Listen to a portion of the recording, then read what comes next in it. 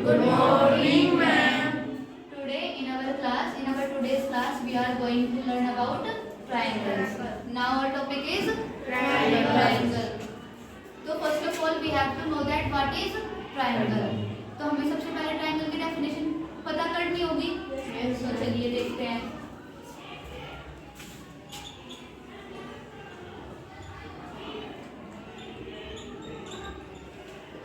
Triangle आपने बचपन से देखा होगा, जो ये शेप होती है इस तरीके की, इसको हम क्या बोलते हैं? ट्रायंगल बोलते हैं. ठीक है, तो ये किससे बनी है? क्लोज फिगर है, कहीं से भी ओपन नहीं है ये. और क्या है इसमें? लाइन सेगमेंट से मिलकर बनी हुई है. One line segment, two line segment है, थ्री लाइन सेगमेंट. ठीक है, तो इसकी डेफिनेशन हम यहीं से निकालेंगे. डेफिनेशन क्या होगी इसकी? A close figure made up of three line segments is known as a triangle.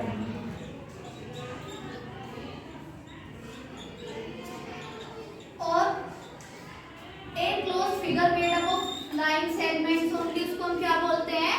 Polygon. क्या बोलते हैं उसको? पॉलीगन. तो हम ट्रायंगल को शॉर्ट फॉर्म में ऐसे बोल सकते हैं कि a polygon made up of three line segments. A polygon made up of three line segments is known as a triangle. तो ट्रायंगल की डेफिनेशन दो तरीकों से दे सकते हैं और अलग-अलग बुक्स में अलग-अलग लैंग्वेज होती है, लेकिन मेन चीज उसमें सभी में यही होती है कि close figure made up of three line segments. Next हम आते हैं इसके now students, we are on the parts of triangle. Let's try to understand how many parts of triangle are there. Three sides, three vertices, and one most important thing, we have three angles.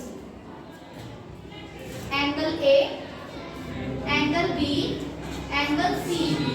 जब भी हम angle को denote करेंगे तो हमें angle का symbol यहाँ पर बनाना होगा.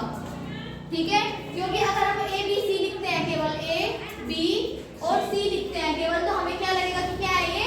वर्टिसेस है. क्या लगेगा हमें? ये वर्टिसेस. तो हमें एंगल्स को डिनोट करने के लिए क्या, मतलब इनको रिप्रेजेंट करने के लिए यहाँ पर हमें सिंबल लगाना होगा एंगल का. Angle A, angle B, angle C. Okay, और एंगल को लिखने के लिए भी हमारे पास तीन तरीके होते हैं. How many ways? Three ways. हम एंगल ए को, जो एंगल हमें लिखना होता है, जिस एंगल की हम बात कर रहे हैं, उसको हमको किस में रखना होता है? सेंटर में रखना होता है. ठीक है, तो हम एंगल ए को और क्या बोल सकते हैं?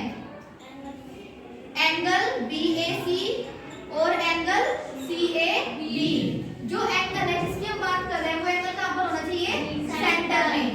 एंगल B को हम और क्या लिख सकते हैं? एंगल ABC और एंगल CBA. एंगल C को और क्या लिख सकते हैं?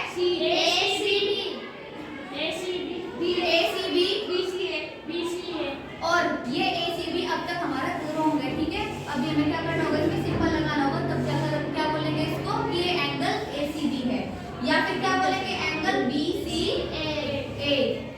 C मिडिल में है, सेंटर में है, यहाँ पर B सेंटर में है, यहाँ पर A सेंटर में है.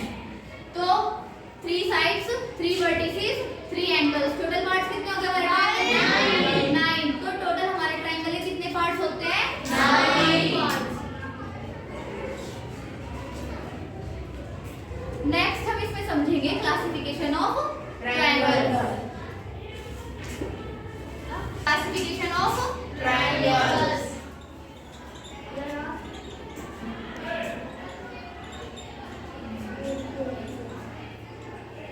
We can classify triangle in two ways, on the basis of sides and on the basis of angles. So first of all,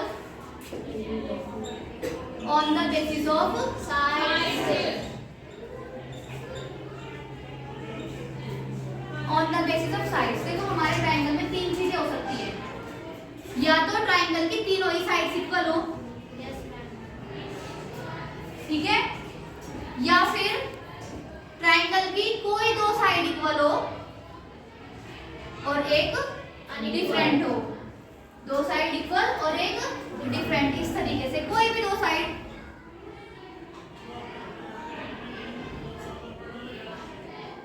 क्या पता ये दोनों इक्वल हो।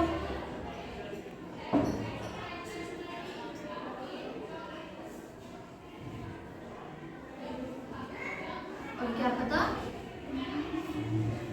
ये दोनों इक्वल हो।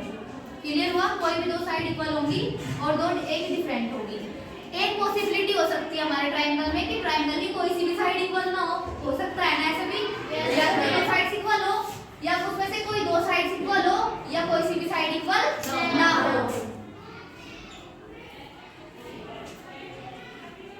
तो अब इनके जब हमारे पास तीन पॉसिबिलिटीज है तो इनके तीन नाम भी होंगे ट्रायंगल के और उसी के बेसिस पर हम इनको क्लासिफाई करेंगे। ठीक है, तो फर्स्ट हम क्या नाम देंगे इसको? Equilateral triangle. इक्विलैटरल ट्रायंगल का मतलब आपको उसके डेफिनेशन से समझ में, सॉरी इसके नाम से आपको समझ में आ रहा होगा। EQUILATERAL equilateral triangle. It means a triangle in which all the three sides are equal.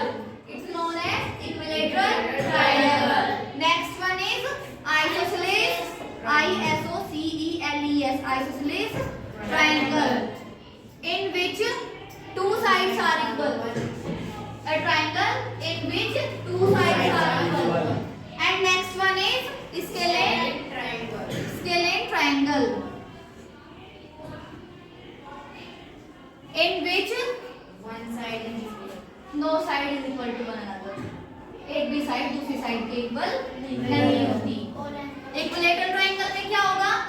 All sides are equal. सारी साइड्स इक्वल होंगी। आइसोसेलेस ट्रायंगल में कोई दो साइड इक्वल होंगी और स्केलेन ट्रायंगल में एक भी साइड इक्वल नहीं होगी। समझ आया आपको ये? Yes, ma'am. Next part is, दो टाइप्स से हमने ट्रायंगल को क्लासिफाई किया। फर्स्ट टाइप में हमने क्या किया था? On the basis of sides. और दूसरे टाइप में हम क्या करेंगे? On the basis of angles. तो इसमें फर्स्ट होता है हमारा acute angle triangle. ACUTE acute angled triangle. Next one obtuse angle triangle. Acute angle और ऑब्ट्यूज एंगल के बीच में एक एंगल आता है, राइट एंगल ट्रायंगल।